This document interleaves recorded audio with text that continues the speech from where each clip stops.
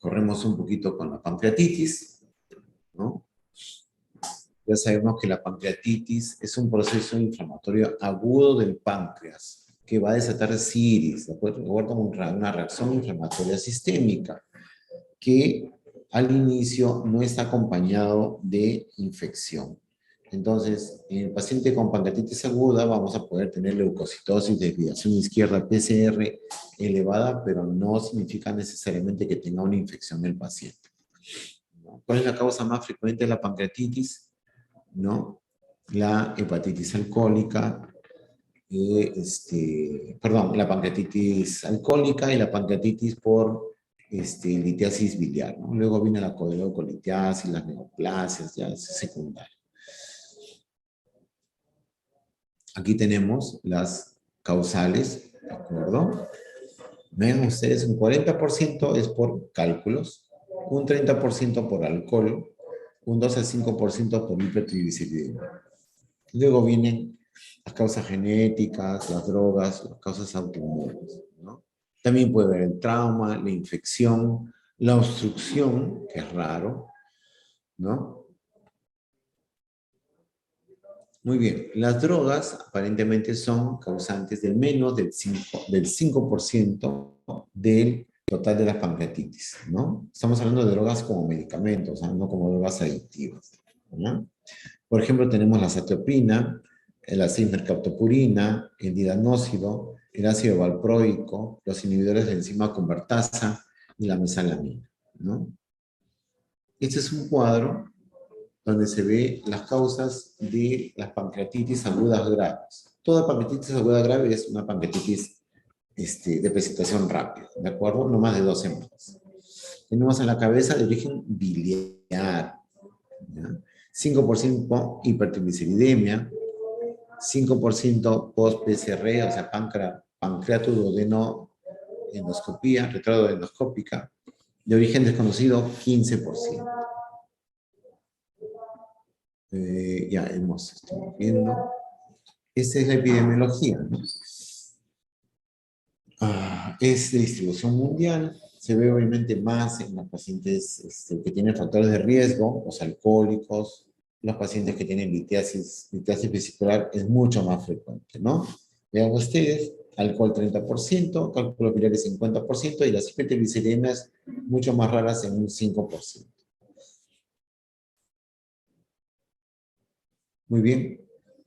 ¿Qué significa pancreatitis? Significa obstrucción del conducto pancreático que conlleva a una alteración en el metabolismo de la célula pancreática, ¿no? Lo cual conlleva a lesión de las células acinales pancreáticas y la liberación de las sustancias va a producir un edema peripancreático y o necrosis pancreática, ¿de acuerdo?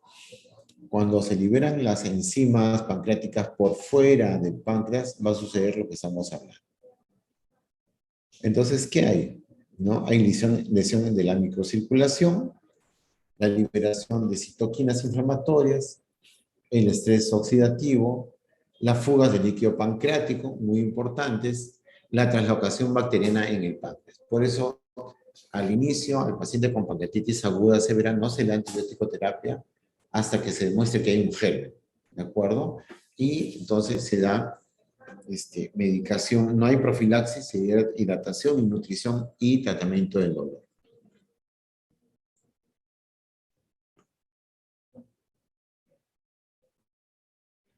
Muy bien, tenemos acá, ¿no?, todos los factores que tienen que ver con con la pancreatitis, ¿de acuerdo? Ahora, estos factores que producen apoptosis y necrosis, que todos son factores de inflamación, las interleuquinas, el factor de necrosis tumoral, ¿no es cierto? Todos esos son enzimas asociadas a la inflamación. Circulan, hay una circulación enterohepática, se potencian las células de Kupffer, que son células de defensa, va a la circulación sistémica y va a producir ciris, distrés respiratorio del adulto, ARDS y complicaciones sistémicas.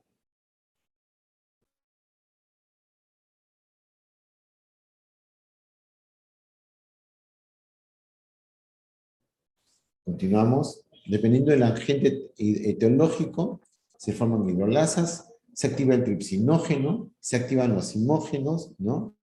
Y eso conlleva a una parte de la compartimentalización de la célula. La célula se rompe y comienza a liberar estas sustancias, ¿no? Se activan las células humorales, perdón, los sistemas humorales, ¿no? Que tienen que ver con la inflamación y la coagulación, y también puede haber un efecto autofágico, ¿no? Las enzimas pancreáticas pueden digerir el páncreas.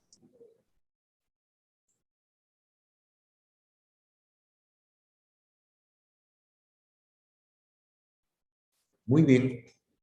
¿Cuál es la característica de la pancreatitis aguda? ¿No? Dolor abdominal. ¿De acuerdo? Dolor abdominal en faja.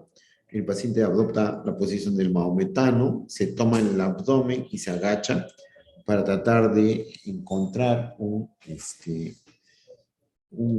una posición para evitar el dolor disminuido, ¿no?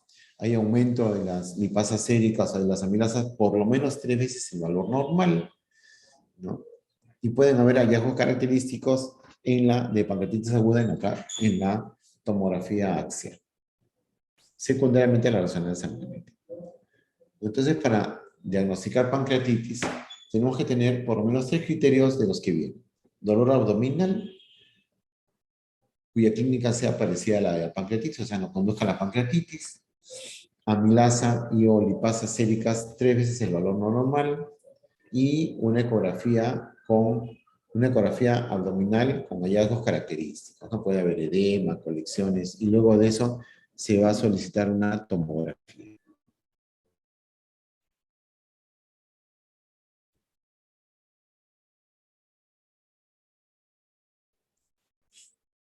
Continuamos. ¿Qué vamos a encontrar en la pancreatitis aguda?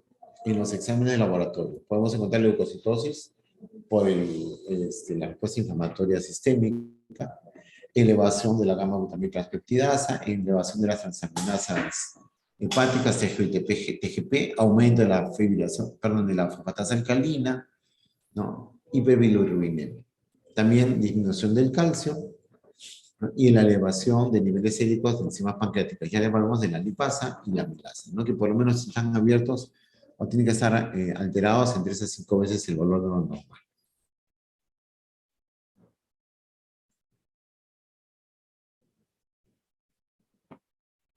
Muy bien, ese es el signo de Cullen, un hematoma, que es un factor de mal pronóstico. Y el signo de Greiner-Turner también, ¿no? Es esa fusión sanguínea que se convierte en una equimosis y que es de mal pronóstico.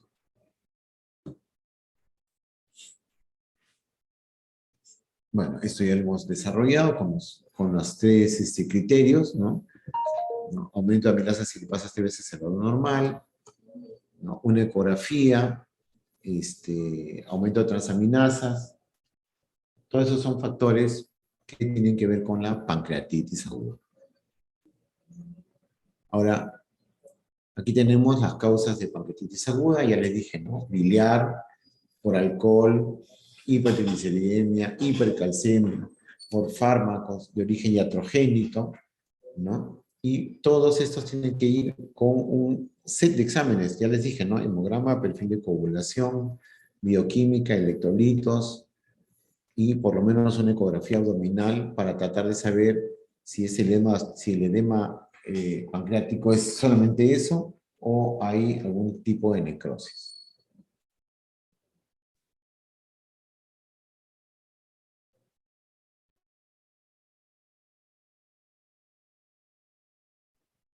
Muy bien, ese es el grado de Baltasar.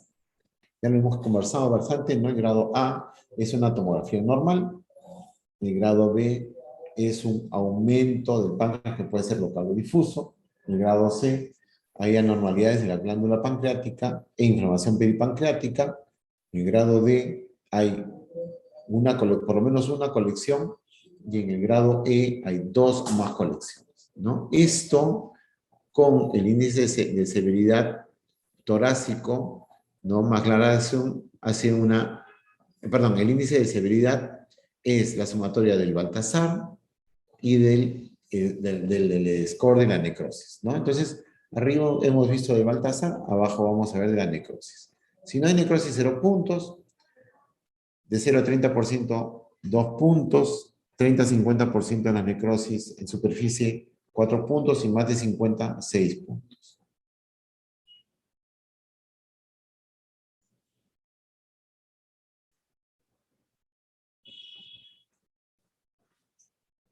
Volvemos a ver Baltasar. Esas son las tomografías, miren. Un páncreas edematoso. Este es edematoso. Este es un páncreas normal, ¿de acuerdo? Este es un páncreas edematoso. Aquí hay aire, miren ustedes, ¿no? Aquí hay aire, hay una gran colección de líquido, inclusive alrededor del riñón, ¿no? Pero hay aire. Entonces eso significa que está infectado. Acá, por ejemplo, aquí está el colédoco, acá está la vesícula, y aquí ven una y dos colecciones. Este es el páncreas chiquito, y se ven dos colecciones.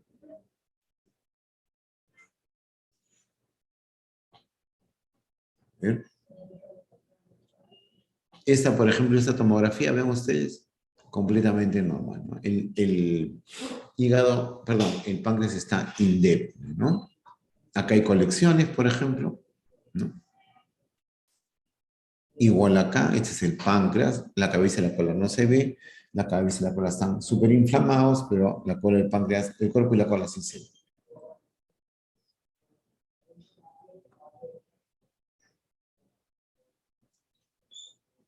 El diagnóstico diferencial del paciente con pancreatitis, si es clínico, un cólico biliar, ¿no? Pero el dolor tiene que ser cólico, una colecistitis, y también tiene que haber cólico. Usualmente las colangitis ya no hay. Acuérdense la triada. ¿Cuál es la triada de la colangitis? Fiebre, ictericia y dolor, ¿no es cierto? Puede haber signos de oclusión intestinal, signos de isquemia intestinal, puede haber una perforación de víscera hueca que conduzca a una lesión penetrante hacia el páncreas y produce pancreatitis, el aneurisma del secante de aorta, los infartos de miocardio, ¿no? Son diagnóstico diferencial por el tipo de dolor, por la ubicación y por la gravedad del paciente.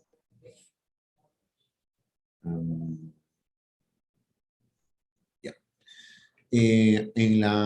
Si tenemos hiperamilasemia, entonces vamos a tener las enfermedades pancreáticas como la pancreatitis crónica, que realmente se ve poco, ¿no? Los cánceres de páncreas también se ven poco. Los cánceres de páncreas no producen tanta hiperamilasemia, ¿no? Y una característica del cáncer de páncreas es el dolor, ¿no? El dolor intenso, penetrante, en faja, ¿no? Que es difícil de distinguir de repente el cáncer de la pancreatitis aguda, pero no hay tantas amilasas elevadas. En la tomografía se puede ver hiperamilasemia, pero no tanto daño hepático, perdón, no tanto daño pancreático, no hay colecciones, ¿no? Entonces, como que digamos que es más o menos fácil hacer el diagnóstico diferencial, ¿no? La pancreatitis crónica también, ¿no? Que es un evento aislado. Y en los procesos abdominales, por ejemplo, la obstrucción intestinal, la isquemia intestinal, eso sí, ¿no? Las trombosis mesentéricas que van a producir hiperamilasemia, pero también un elevado aumento del ácido láctico, ¿no? La presencia del ácido láctico elevado es un factor a tener en cuenta cuando tenemos las isquemias intestinales, ¿no? Las perforaciones de víscera hueca, o sea, prácticamente cualquier proceso abdominal quirúrgico nos puede hacer confundir con una pancreatitis, y muchas veces se han ingresado para colecistectomías y se encuentran con un páncreas edematoso o un páncreas necrótico, ¿no? Es muy, muy frecuente.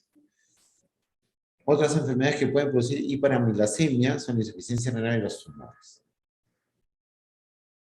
Existe una clasificación, hay diversos tipos de clasificación para ver el grado de mortalidad, ¿de acuerdo? Este es el Apache durante las primeras 24 horas. Están los criterios de Ransom, o el Glasgow o la PCR luego de las 48 horas, ¿no? La clasificación de Atlanta también, ¿no? Miren, la clasificación de Atlanta tenemos la pancreatitis aguda leve, en la cual hay disfunción orgánica mínima del páncreas, con buena respuesta al tratamiento y recuperación sin complicaciones. En realidad, las pancreatitis no se tratan, ¿no? Lo que hay es darle un silencio al páncreas, un descanso al páncreas al tenerlo en NPO, o sea, nada por vía oral, ¿no? Se le da un descanso al páncreas y se le deja tiempo para que se enfríe, ¿no? Para que la cilis se enfríe. ¿Cómo vamos a ver la evolución del paciente con una pancreatitis aguda leve? Es cese del dolor, ¿no? Ya no habrá náuseas ni vómitos, las amilasas caen y el paciente comienza a tener apetito, ¿de acuerdo? A ver, ¿qué más? También tenemos la pancreatitis aguda grave, ¿no? Que puede causar con disfunción orgánica o fallo orgánico. ¿Qué significa? ¿Qué cosa? Puede haber insuficiencia respiratoria, ¿no? Con una presión arterial de oxígeno menor de 60 milímetros de mercurio, puede haber insuficiencia renal con una creatinina plasmática mayor de 2 miligramos por decilitro, puede haber shock, ¿no? Con aumento de la presión, con disminución de la presión arterial sistólica, o sea, con una presión arterial sistólica menor de 90, hemorragia digestiva alta, ¿no? Con un sangrado de más de 500 centímetros cúbicos en 24 horas. Puede haber complicaciones locales. Recuerden que las complicaciones locales más frecuentes son las necrosis en las pancreatitis agudas, ¿no? Son las necrosis, y eso lo hemos visto en las tomografías. Puede haber el pseudoquiste, que se presenta luego de, ¿no?, 3 a 4 semanas, y el absceso pancreático, que es más frecuente, ¿no? Seguimos.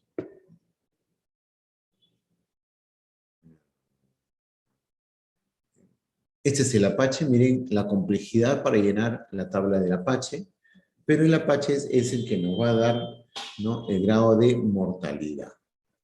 Se miden, por ejemplo, edad, temperatura, presión arterial media, la frecuencia cardíaca, la frecuencia respiratoria, ¿no?, la oxigenación, el pH arterial, el sodio, el potasio, la creatinina sérica, el hematocrito, los leucocitos y el Glasgow, ¿no? Pero también tiene que ver la edad ahí. No aparece aquí, pero sí tiene que ver la edad.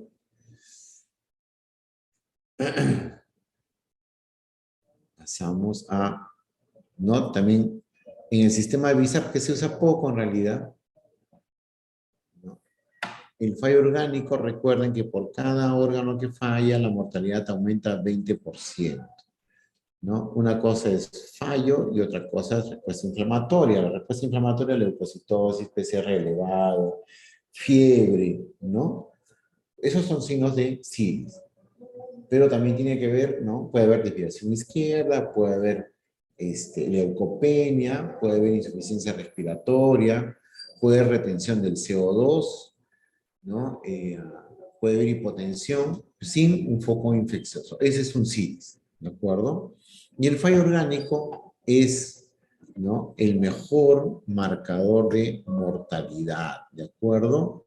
Entonces, como les decía, ¿no?, si tenemos un paciente que solamente tiene insuficiencia renal, ese paciente probablemente no va a fallecer.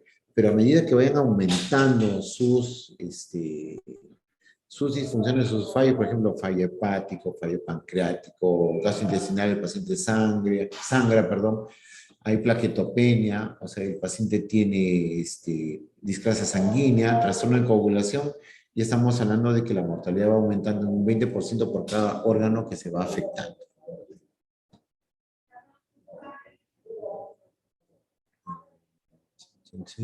Bueno, la escala de Ransom. ¿Cuál es el tratamiento de la pancreatitis aguda? Si la leve, ya les dije, ¿no? Hidratación, NPO por unos días, tratar el dolor abdominal, que bajen las náuseas y los vómitos, suficiencia, la tolerancia oral. Si el paciente tolera la vía oral y la mirasa y la lipasa son normales, entonces no hay problema.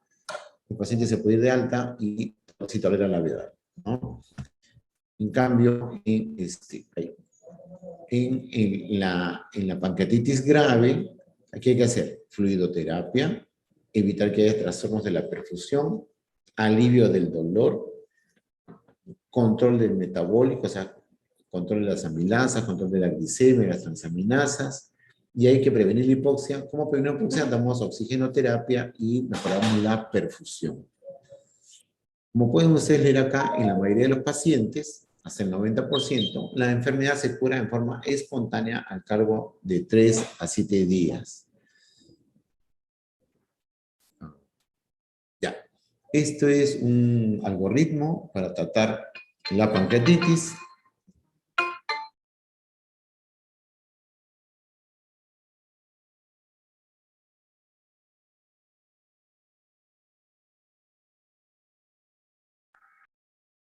Perdón, chicos. Este es un algoritmo para tratar la pancreatitis. Entonces ya tenemos, ¿no? Los criterios. Dos de esos tres. Dolor abdominal, elevación de las amilasas a las lipasas en más de 3 veces su valor normal, o una imagen confirmatoria en la ecografía y en la tomografía. Recuerden que el gold estándar es la tomografía, ¿no? Entonces hay que evaluar la severidad con el examen clínico, el Apache, el score VISA, ¿no? O una PCR más de 150 a las 48 horas. Se tiene que hacer la resucitación inicial, o sea, la administración de volumen para evitar que haya hipoperfusión. ¿Cómo se monitorea la perfusión? Viendo el llenado capilar y el flujo urinario, ¿no? El flujo urinario que tiene que ser mayor a 0,5 centímetros cúbicos por kilogramo hora, la aplicación de oxígeno suplementario y el control del dolor con opioides, ¿no? Lo primero que se usa es el tramadol y luego ya se va escalando, ¿no? Obviamente hacer la etiología, ¿no? Saber si es, usualmente, como digo, es cálculos y luego la alcohólica, ¿no? Si el score predice mortalidad, entonces el paciente tiene que pasar a la UCI, ¿no? Si es leve, entonces se contiene en emergencia o en medicina el soporte, ¿de acuerdo? Obviamente el paciente teniendo la pancreatitis leve puede hacer CIDIS, ¿de acuerdo? Puede hacer CIDIS. Si es una pancreatitis por cálculos, hay que ver si hay colangitis o no hay colangitis, o si hay coledocolitiasis o no hay coledocolitiasis, ¿no? Si hay coledocolitiasis CEPRE en las primeras 24 a 48 horas, ojo que la CEPRE puede producir pancreatitis también. Y si no hay coledocolitiasis, entonces un manejo conservador. Entonces, como ya les decía, no se toca el páncreas, no se toca el paciente, ¿no?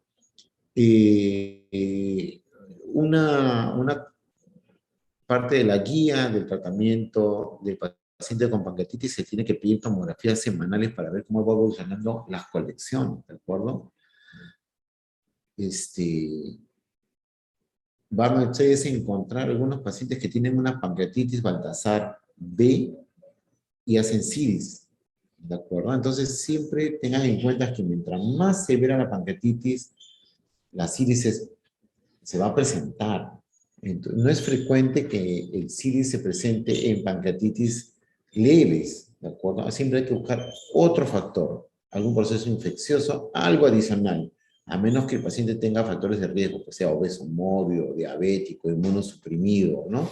Esas condiciones sí pueden producir que haya un CIDIS mayor en un paciente con una pancreatitis que aparentemente es leve.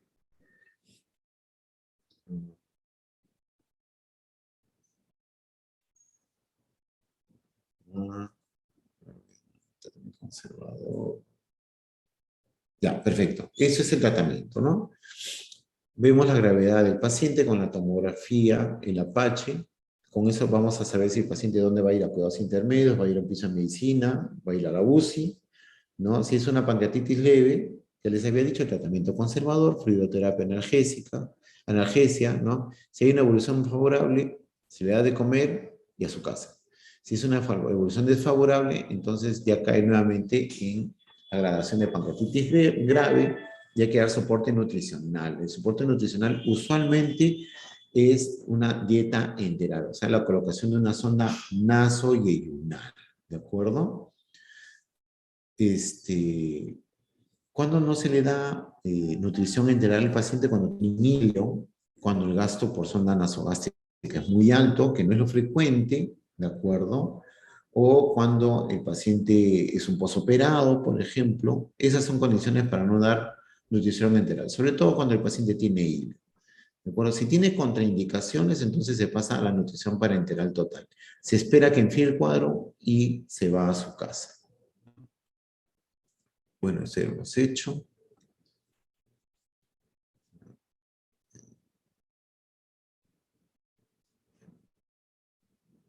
Ah, eh, ya, perfecto.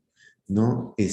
Ojo, la reposición de fluidos tiene varios objetivos. Evitar la isquemia, si evitamos la isquemia, evitamos la liberación de citoquinas y acortamos el periodo de SIDS, ¿de acuerdo? Si no hidratamos bien al paciente, si causamos hipoperfusión, se va a desencadenar toda esta cadena. ¿Ya? ¿Cuáles son las complicaciones de la pancreatitis aguda? Las necrosis, el pseudoquiste y los abscesos. Tenemos que hablar, ¿no? Hemos hablado de las complicaciones sistémicas, o sea, el CIRIS te va empeorando hasta shock, ¿no? Y el shock puede producir insuficiencia renal, puede haber insuficiencia renal sin shock, puede haber hemorragia digestiva alta, poco frecuente, pero puede haber, ¿no? La necrosis pancreática es una complicación, es la complicación más frecuente de la pancreatitis, es la más frecuente y al mismo tiempo la más grave, ¿no?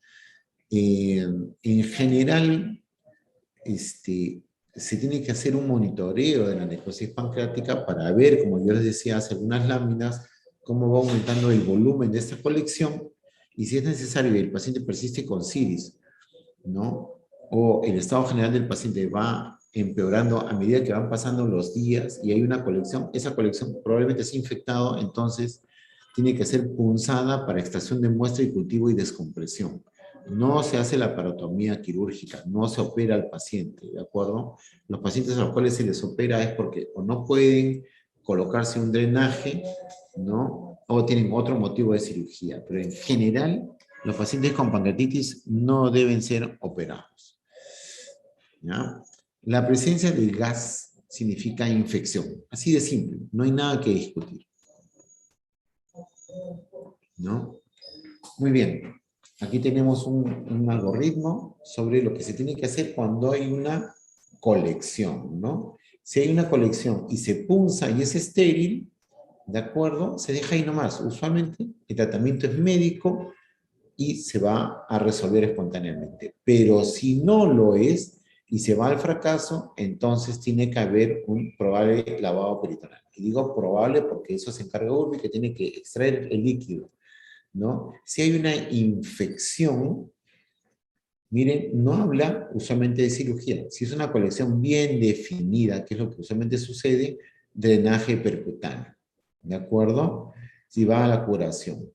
Si es una colección mal definida o inaccesible porque es retroperitoneal, entonces el drenaje es quirúrgico, ¿no? Si el drenaje en esa colección falla, porque hay mucho detritus, porque se obstruye el tubo de drenaje, porque el drenaje se salió, porque no hay los instrumentos para hacer el drenaje percutáneo, entonces se prefiere el drenaje quirúrgico, ¿no? Y hay que hacer un lavado peritoneal muy generoso, de varios litros, puede ser 10, 15 a 20 litros de suero fisiológico. No es lo habitual, se prefiere no tocar al paciente, ¿no? Muy bien, chicos. A ver, vamos a ver. Vamos a hacer hipoglicemia para terminar, ¿no? Muy bien. Ya conocemos las causas de la hipoglicemia. Hay una